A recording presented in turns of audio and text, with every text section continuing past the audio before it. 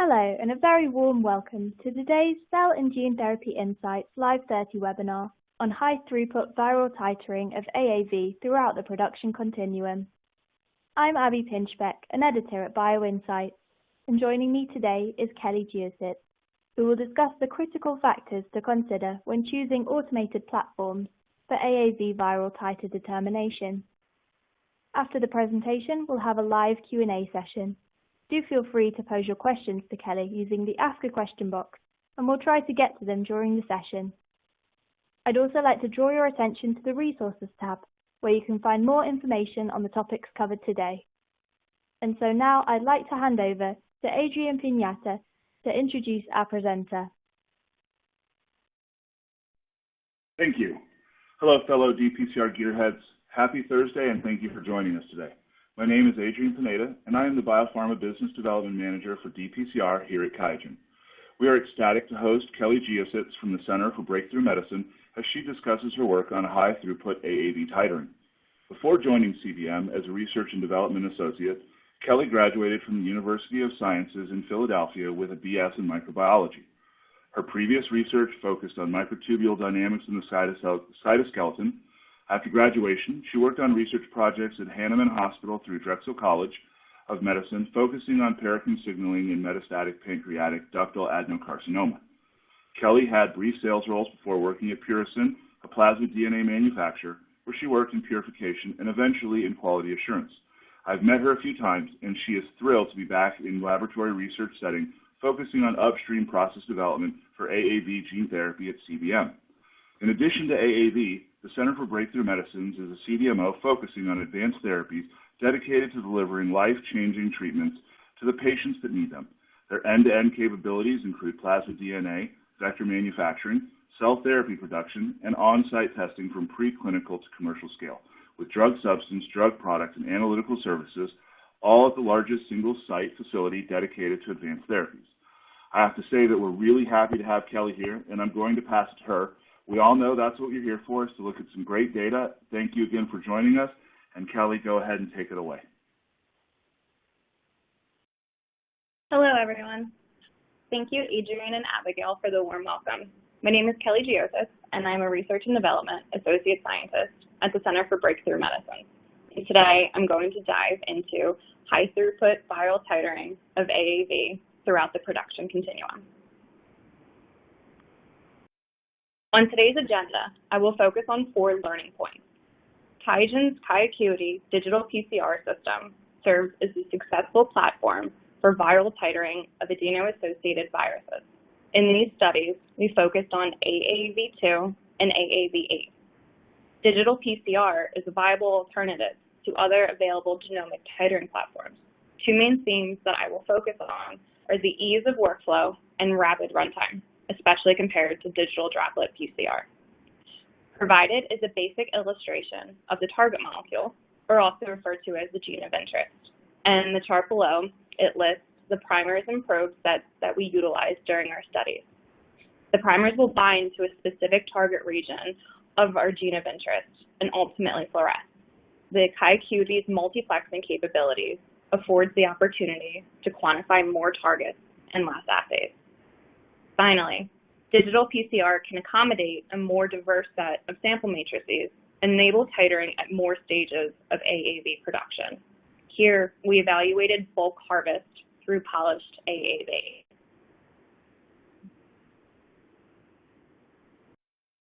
So what makes digital PCR and the QIAcuity so exclusive? Achieving absolute quantification by sampling partitioning is unique to digital PCR. Before amplification begins, in the polymerase chain reaction, each sample is divided into either 8,500 or 26,000 individual partitions. As the target gene of interest is randomly distributed across all available partitions, some partitions will contain no copy of the target molecule, some will contain 1 copy of the target molecule, and others will contain more than 1 copy of the target.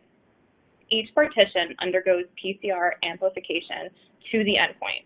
Then the plate is imaged within the QIAcuity.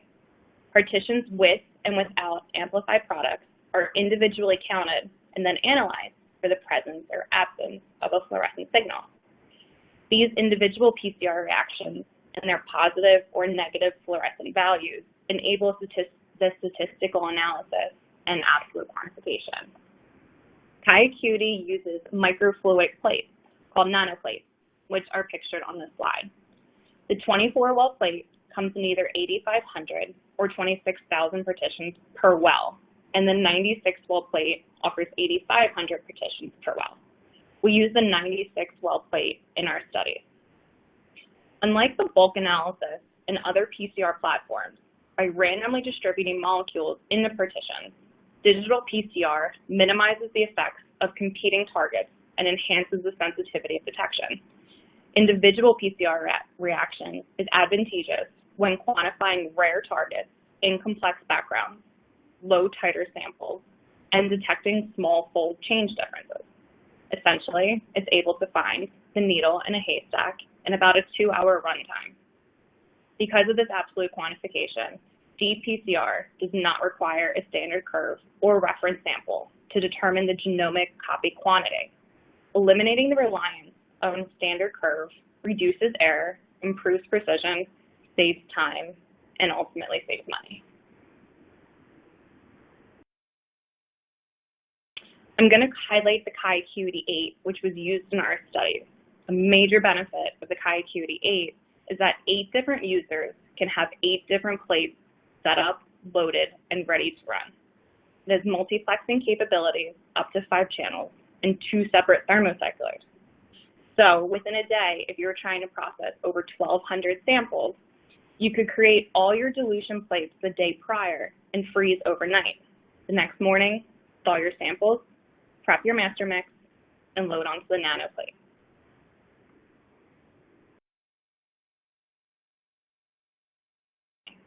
So workflow. Digital PCR I broke down into 5 steps.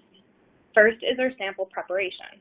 So depending on the purified state of the AAV sample, whether it's bulk, purified, or polished AAV, and its titer, samples are pre-diluted with QIAGEN's pre-dilution buffer and then capsid lysed.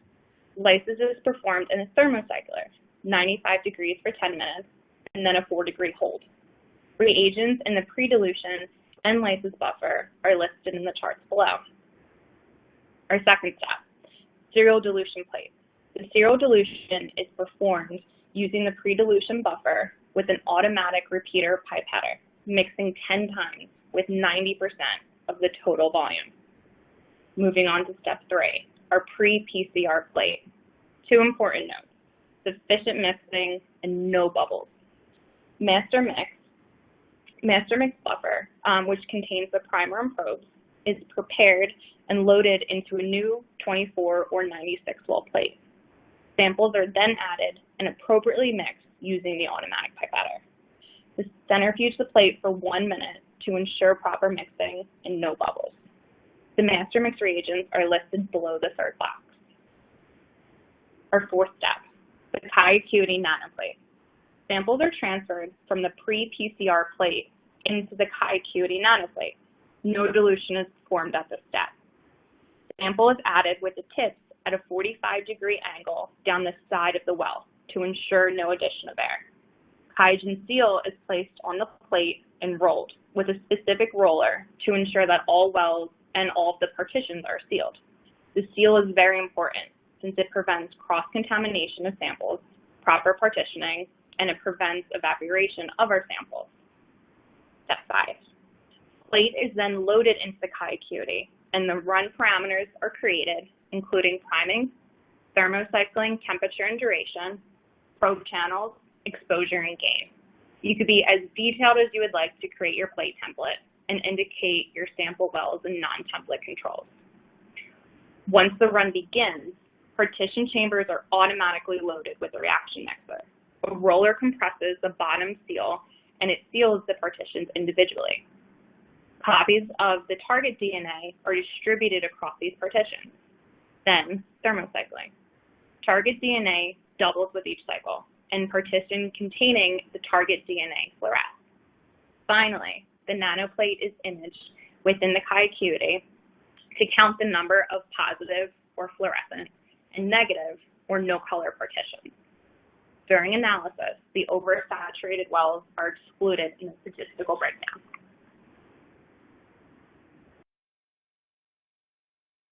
So let's get into our experimental design. Our first objective was to compare the multiplexing capabilities of digital PCR versus digital droplet PCR using polished AAV2, a reaction set. We single-plex ITR2 hex, CMV sci-fi, and poly-A SAM. And we also duplex the CMV with the poly-A SAM. Depth and dilution scheme is listed in the chart. So our first step was our pre-lysis sample dilution. To conserve the amount of AAV used, we actually performed two 1:10 dilutions. Second is the capsid lysis at a 1:2 dilution, and then thermocycled our samples. Third is our serial dilution plate. 7 sequential 1:4 serial dilutions were performed, making sure that each sample was mixed 10 times with 90% of our total volume and changing tips in between each dilution. This plate was shared for both digital PCR and the digital droplet PCR run.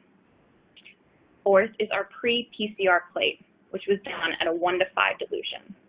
For 96-well plate, the master mix is viscous, so we calculated the master mix buffer for 130 wells just to make sure we had some excess volume.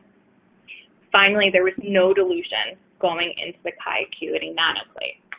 We left the remaining 5 microliters in the pre-PCR plate to reduce the risk of introducing air into the final nanoplate.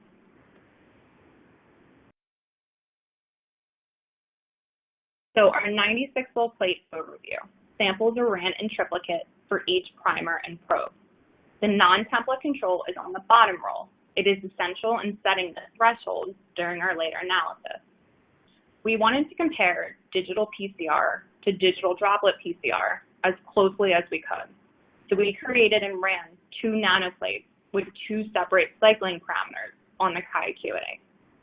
The dPCR cycle is the QI-Acuity's resilient technote cycling, and the digital droplet PCR cycling mimics the QX1.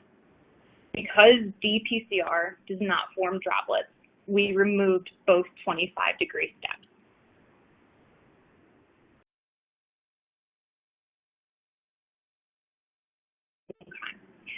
So there's one slide for each primer probe analyzed.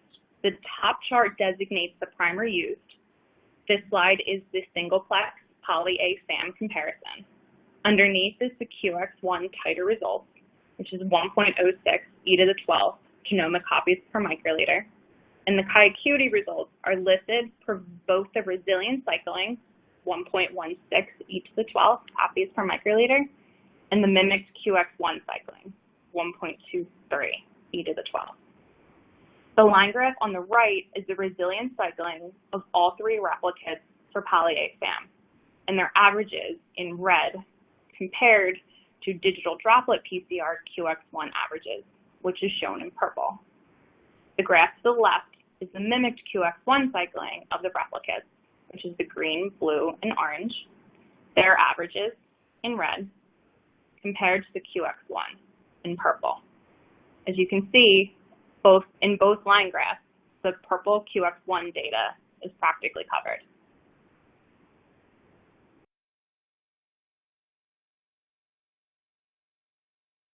Next is the single-plex ITR2 hex comparison. Resilient cycling to the right, QX1 cycling to the left, averages in triplicate once again, is the red line, and the QX1 average data is the purple.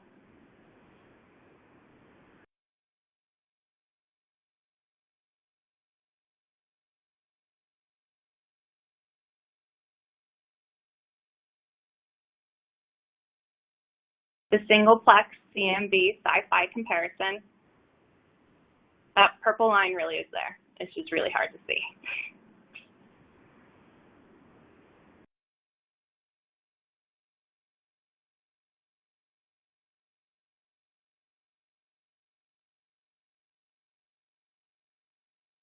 The duplex poly-A SAM comparison,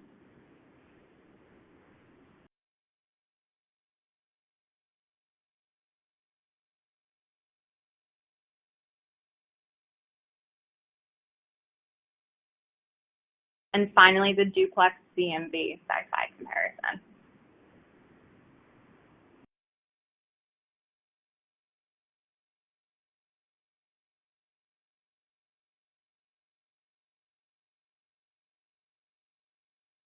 These two line graphs compare digital PCR's two cycling conditions. To the right is the resilient cycling with triplicate averages of the primers, and to the left is the mimic QX1 cycling. We learned from this assay design that the QIAcuity serves as a successful platform for titering of AAV. Furthermore, both cycling parameters are also successful in our titering analysis.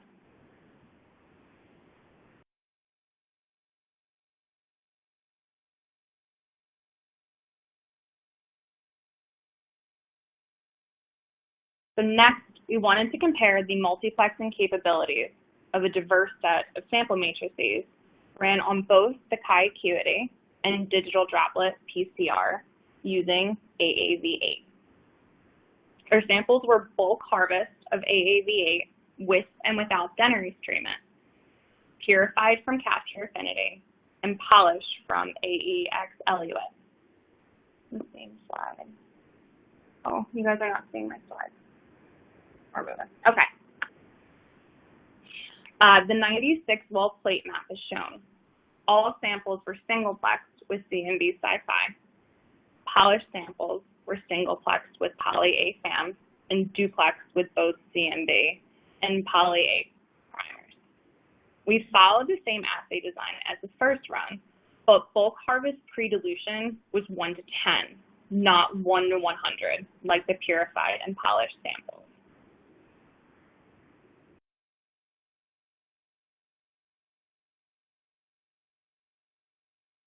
The QIAcuity results are shown in blue.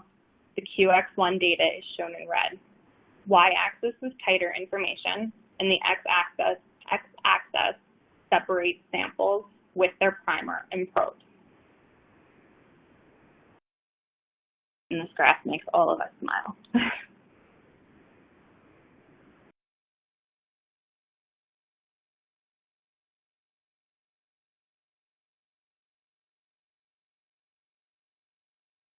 There are take-home messages. The comparison graph to the right is the averaging assay 1 primer probe, the titering results. What we learned, not only is the QIAcuity a viable alternative to older genomic titering platforms, but can also accommodate a diverse set of sample matrices, enabling titering at more stages of AAV production in a 2-hour runtime saves time and money. Independent user interface is wonderful for labs with multiple scientists running multiple assays. Cycling parameters can be set to find those rare targets in the individual PCR reactions, unlike digital droplet PCR, with one user analyzing a bulk droplet in about a 7-hour runtime.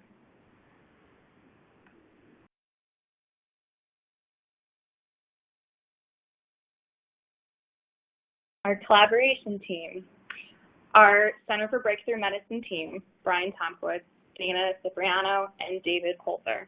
Thank you for the opportunity to present this exciting data. Tim and Ariel performed our digital droplet PCR runs. Alexi provided NGS sequencing in-house at Center for Breakthrough Medicine. Margie, thank you for experimental design and overall support. The QIAgen team, you guys are wonderful to work with. This project was really fun. I'm really thrilled for what we discover next.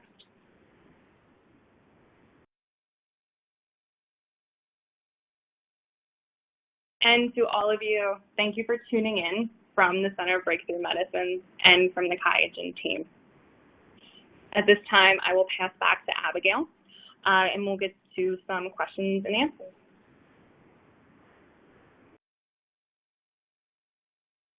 Fantastic presentation. Thank you, Kelly. Now let's move on to the Q&A.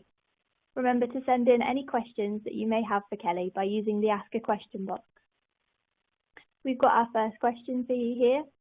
You mentioned a 2-hour runtime. How long does it take to prepare your samples before you load into the QIAcuity? Preparation time is about, I would say, an hour and a half. Thermocycling is your 10 minutes for that lysis. And the longest thing is really just your serial dilution. You have the 10 mixes for your 90% volume, and changing your tips every time in between, that can take up some time. Thanks, Kelly. We've got another question for you here. If you chose the wrong primer channel on the Kiacuity, can the plate be re-imaged? The plate can be re-imaged. It has to be run within 2 hours. So if you end up choosing the wrong primer and probe, or say if you ran it and you need to increase your exposure or gain, within that 2 hours after your initial thermocycling, on the Kiacuity, you can just add a second imaging run, goes right back in, just the time for that, and you're able to analyze. Great, thank you. Do keep the questions coming in. Anything that we don't manage to answer today, we will answer via email. Another question for you here, Kelly. Can you use a manual pipette instead of an automated one? So for the first runs of the Kiacuity, I did use the manual pipette. I liked having the control more for that mixing. However, my replicates proved that my pipetting skills were not as good as I thought. So having an automatic repeater pipette allows you to slow down your actual mixing speed. You can do a pre-dispense or a post-dispense, and making sure that everything is properly mixed without adding any air bubbles. It has your replicates be extremely tight. So I would recommend going for that automatic pipetter. Some great insight there. Does the non-template control need to be in a specific row or column for every run? I have moved the non-template control. So I've had it across the row on the bottom, so that would be H. I have also ended up adding 10 samples to a 96-well plate once I kind of figured out what my titer and dilution scheme are going to be. So in that case, I ended up putting it down the last 2 wells. As long as it's present on your plate and you're able during analysis to set your threshold, then you'll be able to accurately have your correct titer information. So you can move it, just make sure it's there. Great. Another question here for you. You spoke about the Kiacuity 8. What are the other options for Kiacuity DPCR? So at CBM, we have the Kiacuity 8. Research and development, we have the Kiacuity 4. And Qiagen also makes the 1. So the difference between them are going to be how many plates are able to be ran and your multiplexing capabilities. But it's nice, so smaller labs that don't need to be running over 1,200 samples a day, but still want to be able to get that quick runtime in, they are able to just have the one single cute little Kiacuity 1 and still be able to process all their data. Thank you, Kelly. What is your experience with different types of samples using the instrument, such as cell lysate versus a purified AAV sample? I'm sorry, could you repeat that question? I was having trouble hearing you. What's your experience with different types of samples using the instrument, such as cell lysate versus purified AAV? So with our bulk analysis, we did do multiple runs to kind of figure out where we want it to be. Originally, when we were doing, say, our AEX polished AAV, we didn't want to use a ton of our virus. So for that 1 to 100 dilution, we did 2 1 to 10. So the only sample we were adding into our mix was 3 microliters. It was 3 into 27 for the initial. With bulk, because we were able to use a lot more material for that initial dilution, we increased that volume. So it's just the initial pre-dilution plates. We also saw that with the capture, so just our purified, the data ended up being a little bit different than our AEX, but it was really nice to be able to, for especially DOE type small scale that you're going to be running, and before you want to bump up and go to a bioreactor and use all of your all the money to get with all of these reagents. It's a very good kind of snapshot of where you want to be. That's a great answer there.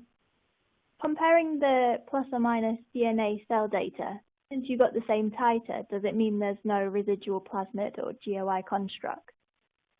So there's some fun, exciting news that we are also working with QIAGEN. So you might see the reason why we ended up doing the plus and minus with denarase or bentonase, but that'll be a stay tuned thing. We just wanted to make sure that there wasn't going to be anything within our bulk because we have the detergent. So just to kind of put one extra measure there, we did ended up doing with and without. We didn't see a difference for this case. But possibly if you're looking at specific residual or smaller titers, that could come into play. But stay tuned on that. And how do you determine the proportion of full versus empty capsids?